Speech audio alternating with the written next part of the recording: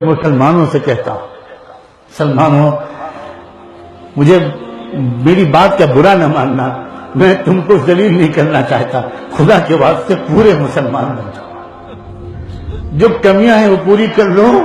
اور یہ کوئی کہہ سکتا ہے کہ ہمارے اندر کمیاں نہیں ہیں؟ ہے کوئی آدمی جو یہ کہے کہ میرے اندر کوئی کمی نہیں ہے؟ میں ویسے ہی ہوں جیسا اللہ کے رسول چاہتے تھے، میں ویسے ہی ہوں جیسا کہ صدیق اکبر اور عمر فاروق چاہتے تھے، میں ویسے ہی ہوں جیسا کہ قرآن چاہتا ہے۔ کوئی ہے جو یہ کہہ سکے؟ نوجوانوں، اپنی آنکھوں کو نیچا رکھ کر چلنا سیکھو۔ تم جس لڑکی کو دیکھ رہے ہو سوچو کہ تمہاری بھی تو کوئی بیٹی ہے۔ اگر تمہاری بیٹی کو کوئی دیکھے گا تو کیا گزرے گی اس کے باپ پر اور بھائی پر؟ کیوں نہیں سوچتے ہو سڑک پر چلنے والی عورتوں کو جو گزرتا ہوا محسوس کر کے؟ کیوں نہیں دل میں دعا کرنا سیکھتے ہو؟ کاش کہ تم چند دن کسی سچے اللہ والے کے ساتھ رہ لیتے تو تم کو پتا چلتا کہ اس دنیا میں نیک جینے کا مزہ کیا ہے۔ مجھے کہنے کی اجازت دو کہ دنیا نیک بننے کا انعام مرنے کے بعد ملے گا جنت میں، وہ تو بہت بعد میں ملے گا۔ سب سے پہلے اس دنیا ہی میں جنت کا مزہ ہر وہ آدمی چکھتا ہے جو نیک بن جاتا ہے، یہ دنیا جنت بن جاتی ہے۔ میں اپنے والد ماجد رحمۃ اللہ علیہ کا ایک قصہ آج اس وقت سنانا چاہتا ہوں، شاید دو ایک بار میں نے کہیں سنایا ہے۔ کچھ اللہ والے یہاں ایسے بیٹھے ہیں جن کی توجہ کے اثر سے میرا اس وقت دل چاہ رہا ہے کہ میں واقعہ سناؤں۔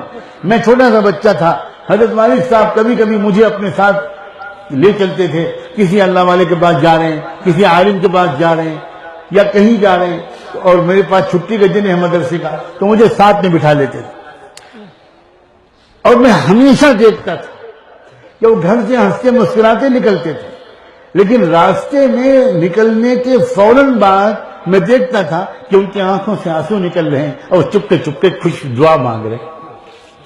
اب میں چھوٹا سا بچہ، مجھے سمجھ میں نہیں آتا تھا کہ ہنستے کھیلتے گھر سے نکلے ہیں، یہ راستے میں یہ رونے کیوں لگتے ہیں؟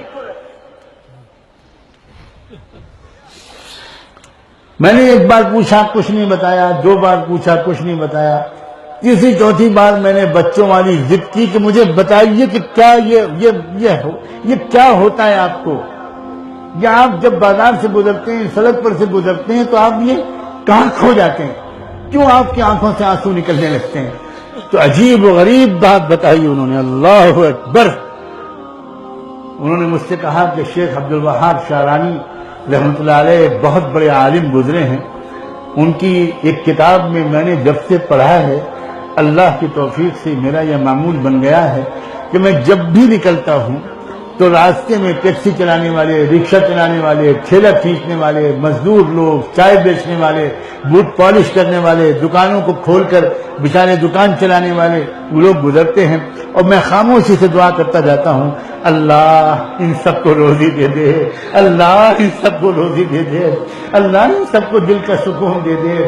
اللہ کوئی بھاگا جا رہا ہے، کوئی ایمبولینس گزرتی ہے، کوئی گاڑی گزرتی ہے، اللہ اس میں کوئی مریض جا رہا ہوگا، اللہ ان کو شفا دے دے۔ اللہ ان میں سے جتنے لوگ جا رہے ہیں سائیکل پر، رکشے پر، گاڑی پر، کوئی اسپتال جا رہا ہوگا، اللہ ان کے مریضوں کو بھی شفا دے دے، صحت دے دے۔ اللہ کوئی کچہری جا رہا ہوگا، اللہ اگر وہ بے گناہ ہے تو اس کا جلدی سے پیچھا چھڑا دیجئے مقدمے سے۔ میں بس مخلوق، اللہ کی مخلوق کے لیے دعا کرتا ہوا جاتا ہوں، اللہ کی مخلوق کے لیے دعا کرتا ہوا جاتا ہوں۔ یہ میری عادت بن گئی ہے، میرا عام معمول بن گیا ہے۔ لوگوں، کیا ہم یہ ادا نہیں سیکھ سکتے؟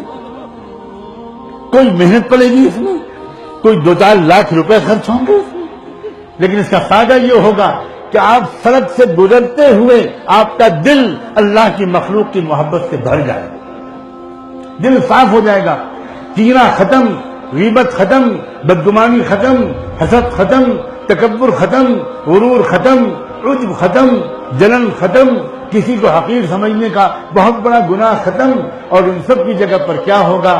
محبت، اخوت، محبت، اخوت، اور دل میں ایک شبنم کی ٹھنڈی بارش ہر وقت بوند بوند گرتی ہوئی محسوس ہوگی، اور آپ کو دنیا میں جنت کا مزہ آئے گا۔